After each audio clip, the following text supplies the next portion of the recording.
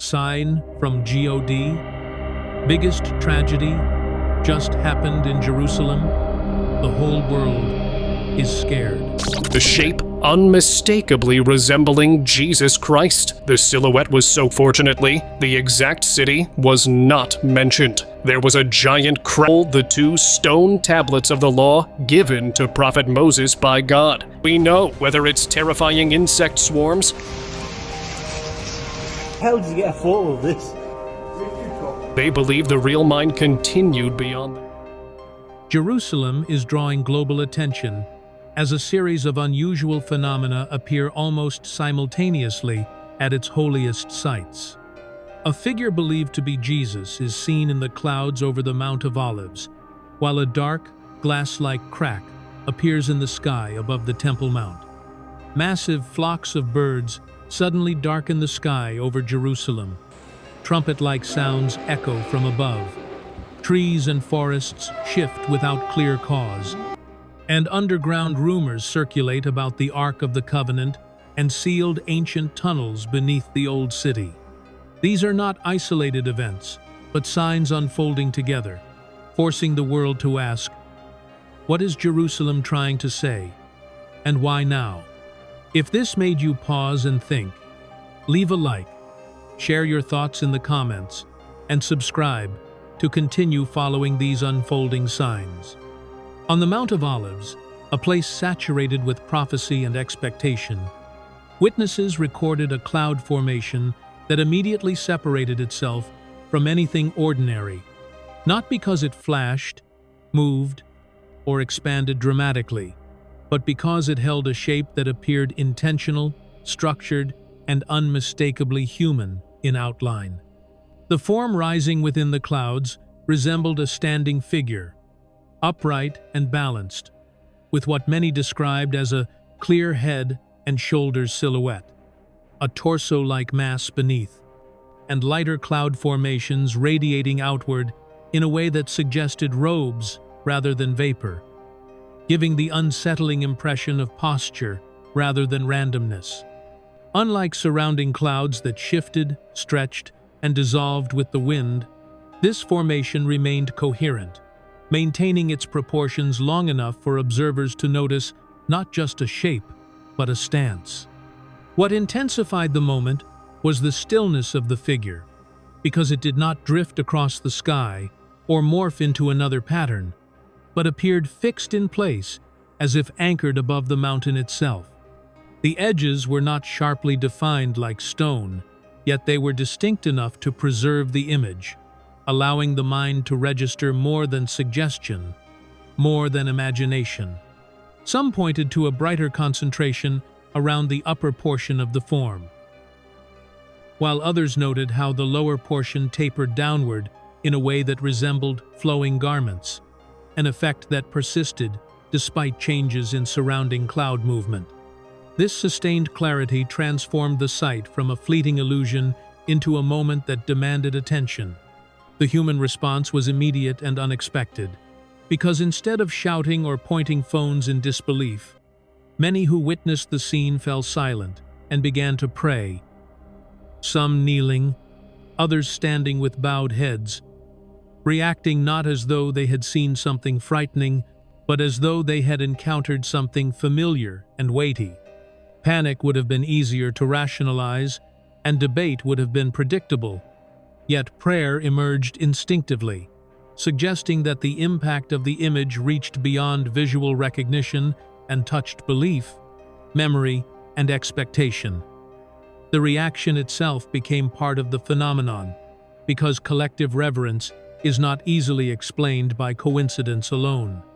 The location amplified everything, since the Mount of Olives is not merely a scenic overlook of Jerusalem, but a site explicitly connected in Scripture to the return of Christ, a detail that immediately framed the image within a prophetic context. When observers recalled the words from Zechariah, stating that, "On that day, his feet will stand on the Mount of Olives," the alignment between text, place, and image became impossible to ignore, not as proof, but as provocation. The image did not announce itself, did not speak, and did not move toward fulfillment.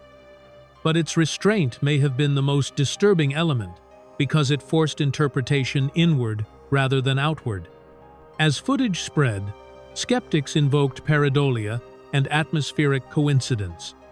Yet those explanations struggled to account for why a random cloud would hold such specific proportions, remain so stable, and provoke worship rather than argument.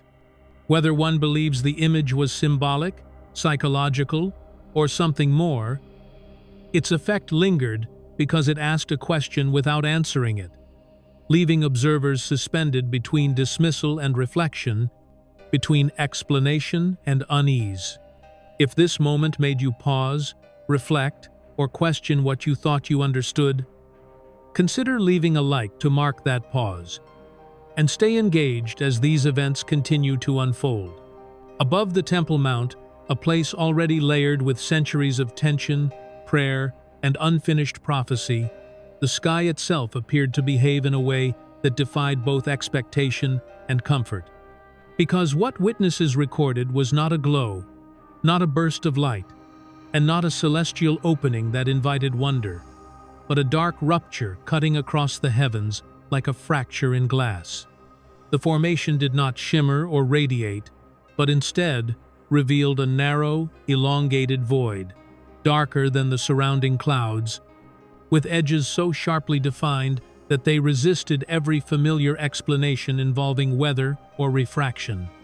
Unlike clouds that soften at the margins or dissolve under scrutiny, this shape held its boundary, preserving a clear separation between what was seen and what lay behind it, creating the disturbing impression that the sky had not opened to reveal something new, but had been pulled apart to expose something concealed.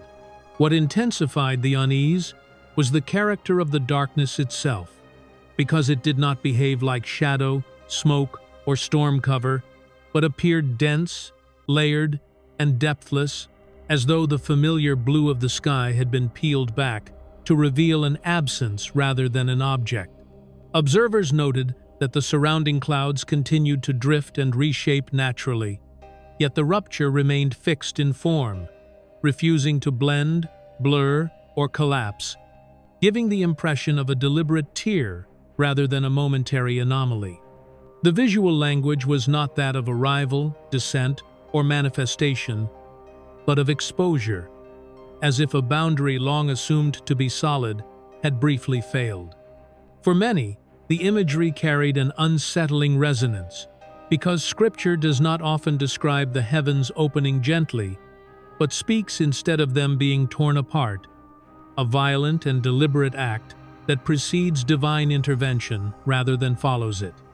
The words from Isaiah surfaced repeatedly as footage circulated, not because anyone claimed fulfillment, but because the phrasing felt uncomfortably precise.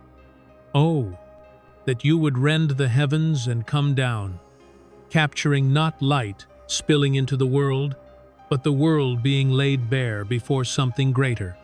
The similarity was not comforting, because a torn sky implies vulnerability, judgment, and confrontation, not reassurance. What made that moment truly chilling was the subsequent silence, for nothing emerged from the rift. No silhouette appeared, no sound accompanied it, and no explanation was offered, leaving the viewer trapped in an unresolved tension. An open sky arouses curiosity, but a torn sky evokes power, intent, and consequences. And the lack of immediate explanation only deepens the feeling that what was witnessed was not meant to satisfy, but to unsettling. Whether interpreted as a rare atmospheric illusion or something far more symbolic, the image did not fade into a forgettable spectacle, but instead lingered as a visual question mark hovering over one of the most watched pieces of land on Earth. In the end, the most disturbing possibility was not that the sky had revealed something, but that it had briefly revealed how fragile the boundary between the seen and unseen might be, leaving behind a single, pressing question that no explanation has yet closed, namely, whether the heavens were merely observed behaving strangely, or whether they were warning that the veil humanity depends on is thinner than anyone wants to believe. Over Jerusalem, the shift did not announce itself with noise or destruction, but with a change in the sky that felt deliberate rather than accidental, as massive flocks of birds began to gather in formations so dense they seemed to stitch the air together. What started as distant movement quickly became an overwhelming presence, with layer upon layer of wings filling the heavens until daylight thinned and the city below fell into an uneasy half-shadow. The birds did not rush or scatter, nor did they display the frantic behavior normally associated with danger, but instead moved with a calm, synchronized precision, as if responding to an order unseen and unheard by human observers. As the formations tightened, the sunlight over Jerusalem appeared partially sealed, not extinguished, but restrained, creating the unsettling impression that the sky itself was being closed rather than darkened. Streets grew quieter, not because people fled, but because attention instinctively shifted upward, drawn by the slow, circling mass above. The birds made no chaotic cries, no panicked dives, and no erratic breaks in formation, but maintained their patterns with a composure that felt intentional, almost reverent, as though the event was not a reaction to threat, but participation in something larger. In the language of Scripture, birds are often more than background creatures, appearing repeatedly as signs, messengers, and witnesses that move ahead of human understanding, responding to divine timing rather than human awareness. Long before people recognize change, creation is described as sensing it first, and in this moment, Jerusalem seemed to be watching that ancient pattern replay itself in real time. The sky became a living canopy, not of clouds, but of creatures whose unified motion suggested that nature itself was reacting to a shift still hidden from human perception. What made the scene especially unsettling was the absence of immediate consequence, because nothing followed the gathering, no storm arrived, no catastrophe unfolded, and no explanation resolved the tension, leaving the city suspended beneath a sky that felt occupied rather than empty.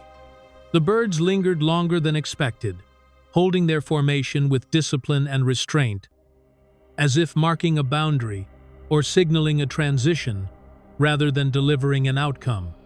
This restraint echoed biblical moments where signs precede events, serving not as fulfillment, but as warning, preparation, or witness. As recordings spread, theories multiplied, yet none could fully explain why the birds gathered so densely, remained so calm, and behaved so uniformly over a city already burdened with prophetic significance. Whether viewed through the lens of instinct, coincidence, or symbolism, the phenomenon left behind a lingering unease because it suggested that something had shifted without yet revealing what comes next. Stay with us, because this is not the final sign. Beneath the layers of stone and soil that have held Jerusalem in silence for centuries, reports emerged of an object uncovered underground, whose dimensions, structure, and features were said to closely resemble the Ark of the Covenant, an object so charged with meaning that even the suggestion of its discovery immediately sent shockwaves through religious and historical circles. According to early accounts, what was found was not resting within the visible ruins of the temple, nor displayed in any sacred chamber, but buried deep beneath the city, concealed deliberately, as if its presence above ground had once been deemed too dangerous, too powerful, or too premature. The object's form alone, described as a chest-like structure matching ancient specifications, was enough to trigger unease, because resemblance in this context carries far more weight than coincidence. What intensified the tension was what the object was reported to contain, because references surfaced to stone tablets bearing inscriptions that were never publicly revealed, never photographed, and never explained. Almost immediately after these details appeared, the flow of information slowed, then stopped entirely, leaving behind only fragments and unanswered questions. No official confirmation followed, but no clear denial erased the reports either, resulting in a silence so abrupt it felt imposed rather than accidental. In an age where discoveries are normally dissected in real time, this sudden retreat from explanation stood out as deeply unnatural. The biblical significance of the Ark has never been rooted in symbolism alone, but in presence, authority, and consequence, repeatedly portrayed not as an artifact to be admired, but as something that demanded distance, reverence, and restraint.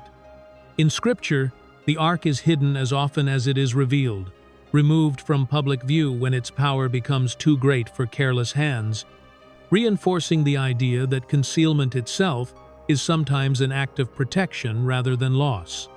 The suggestion that a similar object would be buried instead of destroyed only deepens the implication, because burial preserves, waits, and anticipates a future unveiling. What unsettled observers most was not simply the claim itself, but how quickly the subject disappeared from public discourse, as if the discovery crossed a boundary that could not be openly discussed. No clarifying statements followed, no alternative explanations were offered, and no continued investigation was made visible, creating the impression that the object's existence was less troubling than the consequences of acknowledging it. Silence, in this case, felt intentional, almost echoing the ancient purpose of the Ark itself, to remain unseen until the appointed time. Whether the object was authentic, symbolic, or something else entirely, its reported discovery beneath Jerusalem forces an uncomfortable reflection because it suggests that the city may still be guarding things history is not finished with. If divine presence can be hidden as well as revealed, then perhaps concealment is not absence, but delay, reminding humanity that some truths do not surface on demand, and some sacred things are not meant to be handled before their time. Share this video if you believe some things are not meant to surface yet. Beneath the ancient skies of Jerusalem, in the valley of Jehoshaphat, witnesses began recording something that felt profoundly wrong, not because of violence or destruction, but because of how deliberate and restrained it appeared. Trees across sections of the valley were seen tilting and shifting together, not chaotically as in a storm, and not snapping or collapsing as they would during an earthquake, but moving in a slow, unified motion, as if the ground beneath them were subtly adjusting its position. The sight was unsettling precisely because it lacked the chaos people expect from natural disasters, replacing it instead with an eerie sense of intention. What made the phenomenon harder to dismiss was the absence of any confirmed seismic activity. No tremors registered strong enough to explain the movement. No sudden weather patterns were reported that could account for such synchronized motion, and no landslides followed the event. The trees did not fall. The earth did not crack open. Nothing was destroyed. And yet, the movement was undeniable, captured from multiple angles, leaving observers with the uncomfortable feeling that something beneath the surface had shifted without breaking through. The motion itself appeared controlled, almost measured, as though the land was responding rather than reacting. Trees leaned and settled back, soil rose slightly and then held, and the valley returned to stillness without leaving visible scars. This restraint made the event more disturbing than any violent quake, because destruction can be explained as excess force, but controlled movement suggests purpose. Nature did not lash out, it repositioned itself. The location amplifies the weight of what was witnessed. For centuries, the Valley of Jehoshaphat has been associated in biblical tradition with judgment, decision, and reckoning, a place where outcomes are determined rather than avoided. To see the land itself stir in such a setting inevitably invites reflection, because Scripture repeatedly links moments of divine judgment not with explosions of power alone, but with the earth responding, trembling, or shifting, as if acknowledging authority beyond human control. The valley has long been symbolic of a threshold, a place where history pauses and outcomes are weighed. Observers noted that the event felt less like a warning meant to terrify and more like a signal meant to awaken awareness. There was no panic in the footage, only stunned silence, as if those watching instinctively sensed they were witnessing something that did not require fear to be effective. The land did not harm anyone. It simply refused to remain completely still. If the earth itself can adjust without breaking, without noise, and without destruction, then the message may not be about catastrophe, but about readiness. When the ground beneath one of the most symbolically charged valleys in Scripture no longer stands perfectly still, it raises a question that cannot be ignored. When the land begins to move without force, without damage, and without explanation, is it shifting to make room for what comes next? Over Jerusalem, the sky did not change in color or shape, yet something far more unsettling began to unfold, as deep trumpet-like sounds were recorded echoing above the city without any visible source. These were not sharp blasts or sudden crashes, but long, sustained tones that lingered in the air, vibrating rather than striking, as if the sound itself was meant to be felt more than heard. Witnesses described it as a low, resonant call that seemed to roll across the sky, neither rising nor falling, but holding its note with deliberate persistence. What disturbed listeners most was the lack of origin. No aircraft appeared, no construction, no sirens, no weather systems could be identified. The sound did not travel in a clear direction, nor did it behave like ordinary echoes bouncing between buildings. It felt suspended, as though the sky itself were acting as the instrument. Some recordings captured the sound fading slowly, only to return hours or days later, not in a predictable pattern, but with a repetition that suggested intention rather than coincidence. Unlike alarms meant to provoke panic, these sounds carried no instructions. There were no warnings issued, no guidance given, and no visible reaction demanded. And yet, attention was unmistakably drawn upward. People stopped walking. Conversations paused. Phones were raised, not out of excitement, but out of confusion, mixed with unease. The sound did not threaten. It summoned awareness. That distinction made it more powerful than fear, because it left listeners with nothing to do except listen and wonder. In biblical language, trumpets are never random background noise. They are signals, moments that mark transitions, warnings that something has reached its appointed time. Scripture speaks plainly. Blow the trumpet in Zion. Sound the alarm on my holy hill. The verse does not describe destruction itself, but the moment just before it, when attention must shift and complacency ends. Hearing trumpet-like tones over Jerusalem, the very city Scripture calls holy ground, inevitably stirs those ancient associations, whether one is religious or not. What deepened the unease was how the sound seemed to arrive without climax. Nothing followed immediately. No visible event confirmed its meaning. The sky remained unchanged. Life continued. And yet, the silence afterward felt heavier than before, as if the sound had marked something unseen rather than something visible. In Scripture, some warnings are not meant to explain themselves. They exist to remove the excuse of ignorance. The fact that the sounds returned, separated by time rather than clustered into a single moment, only reinforced the sense that this was not an isolated anomaly. It felt less like a malfunction of nature and more like a repeated knock, firm enough to be heard. restrained enough to be ignored by those who choose not to listen. If you've heard similar sounds, leave a comment. Sometimes the most important warnings are the ones that do not shout, but return, again and again, until they are finally acknowledged. Beneath the old city of Jerusalem, where layers of history overlap like sealed chapters of a forbidden book, explorers encountered something that immediately raised more questions than answers. Deep underground, ancient tunnels and mine passages do not simply end in collapse or rubble, as time and neglect would normally cause. Instead, they are abruptly blocked by enormous brick walls, constructed with precision and intent, as though someone took great care to make sure nothing passed through. These are not crude barriers hastily thrown together.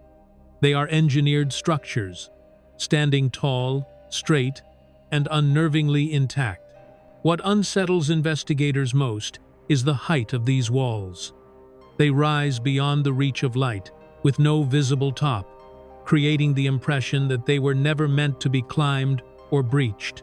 Small openings appear at certain points, too narrow for entry, yet positioned in a way that feels deliberate, almost observational, as if designed to monitor whatever lies on the other side, rather than to allow access. This detail alone shifts the narrative from abandonment to control. The tunnels were not closed because they became unsafe. They were sealed because something was meant to remain inside. There are no signs of cave-ins, no fractured stone, no natural disaster marks. The surrounding rock remains stable, untouched, as though the sealing occurred during a time of full awareness and purpose. In places where civilizations usually erase what they fear, here they chose to confine it. This choice echoes a recurring biblical pattern. Certain things are not destroyed immediately, but restrained, held back beneath the earth until a moment determined long in advance. Jerusalem, more than any other city, carries this language of waiting beneath its surface. The location intensifies the gravity of the discovery. These sealed tunnels sit directly beneath one of the most sacred zones in human history, ground that Scripture describes as chosen, contested, and watched. To find deliberate containment structures beneath such a place invites a disturbing thought. Whatever was sealed here was important enough and dangerous enough to be buried under holiness itself. Not discarded, not erased, guarded. Silence followed the discovery. No detailed explanations, no official conclusions. Just a quiet withdrawal of information, which only deepened speculation. In a city where every stone is documented, mapped, and argued over, silence is never accidental. It suggests boundaries that are not meant to be crossed yet, knowledge that is postponed rather than denied. When ancient tunnels are sealed instead of destroyed, it implies expectation. When walls are built without collapse, it implies intention. And when such structures lie hidden beneath Jerusalem, the city Scripture places at the center of the end of history, the implication becomes unavoidable. These events are not random fragments scattered across the news cycle, and they are not isolated curiosities meant to entertain for a moment and then fade. They are converging, tightening in sequence and intensity, all pointing back to the same place Scripture has warned the world to watch: Jerusalem. What makes this convergence unsettling is not a single phenomenon on its own, but the way the sky, the earth, and what was buried beneath the city respond together, as if different layers of reality are being stirred at the same time. The heavens show signs that feel less like spectacle and more like exposure, moments where the sky appears altered rather than illuminated. The land reacts without violence, shifting and moving with restraint, as though responding to an unseen authority rather than natural chaos. Beneath it all, sealed places and hidden objects re-enter discussion, not through clear revelation, but through silence, hesitation, and unanswered questions. Scripture has long warned that before the end, what is hidden will begin to surface, and what feels stable will no longer remain completely still. No dates are given, no deadlines are announced. That absence is itself biblical. The warnings were never meant to satisfy curiosity, but to remove excuses. Nearness, not timing, is the pattern repeated again and again. The signs do not force belief, but they demand attention. They leave the observer with a choice: dismiss or reflect. The message now is no longer subtle. When Jerusalem speaks through the sky above it, the ground beneath it, and the secrets buried within it, history itself seems to pause.